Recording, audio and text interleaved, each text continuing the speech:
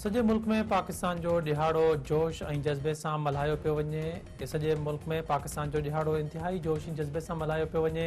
इस्लामाबाद में 31 ऐं सूबाई राजधानियुनि में एकी तोपनि जी सलामी।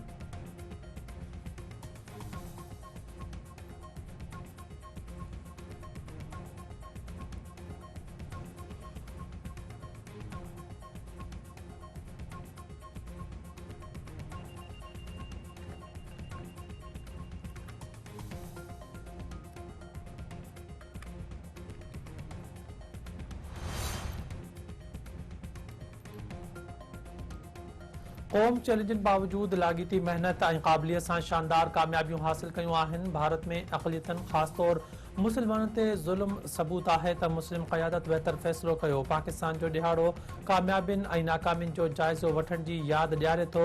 सदर आरिफ अलवी पाकिस्तान क़ाइमु थियणु यक़ीनन 20हीं सदी जो हिकु मौजज़ो आहे। पाकिस्तान जो मुक़द्दर अज़ीम कामयाबियूं हासिल करणु आहे। असांखे पंहिंजे सफ़नि में इतिहाद ऐं पाण खे क़ौमी मक़सद सां गंढणो पवंदो। वज़ीर आज़म शहबाज शरीफ़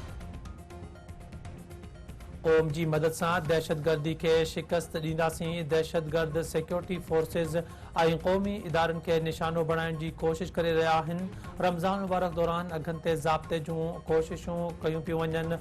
सिंध में बचत बाज़ारूं लॻायूं वेंदियूं ॾुखियायूं आहिनि, पर इनशाअल्लाह गॾिजी ॾुखियाईनि ते ज़ाब्तो आंदो वेंदो।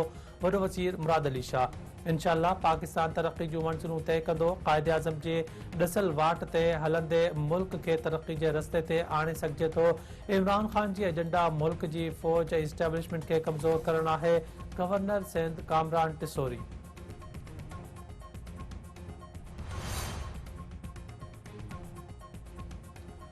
परॾेही वज़ीर बिलावल भुट्टो ज़रदारी चयो आहे त क़ौम नफ़रत, कूड़ ऐं विरहाइण जी सियासत जी पाड़ पटे छॾींदी। अवाम आइन ऐं पार्लियामेंट जी बालादस्ती लाइ पुरज़म आहे। मुल्क खे मज़बूत ऐं ख़ुशहाल बणाइण लाइ पीपल्स पार्टी क़यादत ऐं कारकुननि जूं क़ुर्बानियूं डिघियूं आहिनि।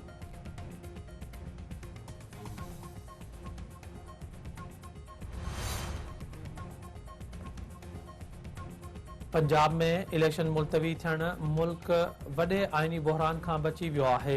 इलेक्शन कमीशन जो फ़ैसिलो मुल्क जे मुफ़ाद में आहे। इलेक्शन कमीशन मुआशी, सियासी ऐं सिक्योरिटी सूरतहाल खे नज़र में रखंदे फ़ैसिलो कयो।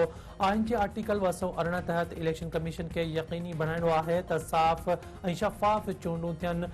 आर्टिकल 224 जी घुर्ज आहे त चूंडूं वफ़ाक़ ऐं सूबनि में निगरान हुकूमतूं क़ाइमु हुजनि। मरियम औरंगज़ेब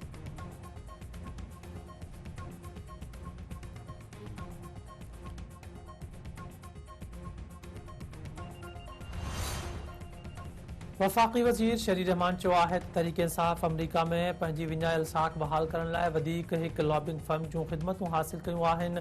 मुआहिदे जो मक़सदु अमरीका सां तहरीक इंसाफ़ जा लाॻापा बहितर करणु आहे। इमरान ख़ान जो बिटो मयार ऐं यू टर्न वाइखा थी चुका आहिनि। वफ़ाक़ी वज़ीर शाज़िया मरी जो चवणु आहे त नालाइक़ शख़्स खे उन ॻाल्हि जी ख़बर नाहे त संदसि मौक़िफ़ सां मुल्क जो केतिरो नुक़सानु थियो आहे। कूड़ खे पेर नाहिनि थींदा, उन लाइ पकड़िजी पियो। इमरान न्याज़ी हिकु कूड़ ॻाल्हाए ॿियो कूड़ ॻाल्हाइण जी तयारी कंदो आहे।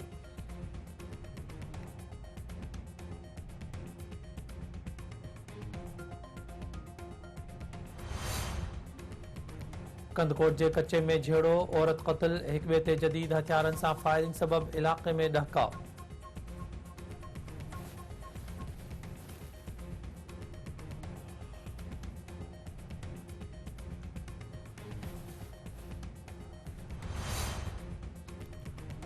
पीर वसण में सुई गैस ढोरे खे इम्कानी कट ख़िलाफ़ ॻोठाणनि जो एहतिजाजी मुज़ाहिरो ऐं धरणो। ॻोठाणनि जो चवणु आहे त बरसाती बोड़ दौरान 20 खां वधीक ॻोठ मुतासिर थिया। सुई गैस ढोरे खे इम्कानी कट ॾियण सां हिकु दफ़ो ॿीहर ॻोठ ॿुॾी वेंदा।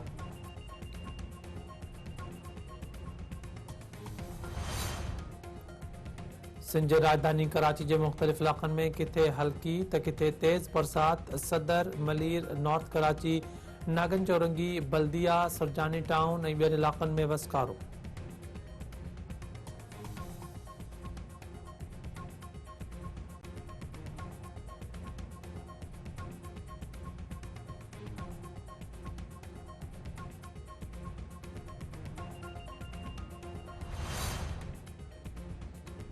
सिंध के मुख़्तलिफ़ शहरनि में रोड हादसे के नतीजे में 3 ॼणा फोत। बुछेरी वेझो मज़दा ऐं कार में टक्कर, 2 ॼणा फोत।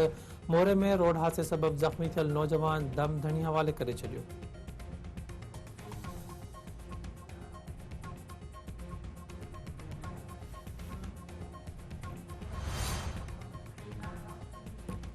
क़ौमी क्रिकेट टीम के कप्तान शादाब खान चयो आहे त बाबर आज़म ई संदन कप्तान आहे। ईंदड़ सीरीज़ में वापसि ईंदो। पाकिस्तान की सलाहियत परखण लाइ अफ़गानिस्तान ख़िलाफ़ सीरीज़ तमाम घणी अहम आहे। नौजवान रांदीगरनि जो हौसलो वधाइण की ज़रूरत आहे।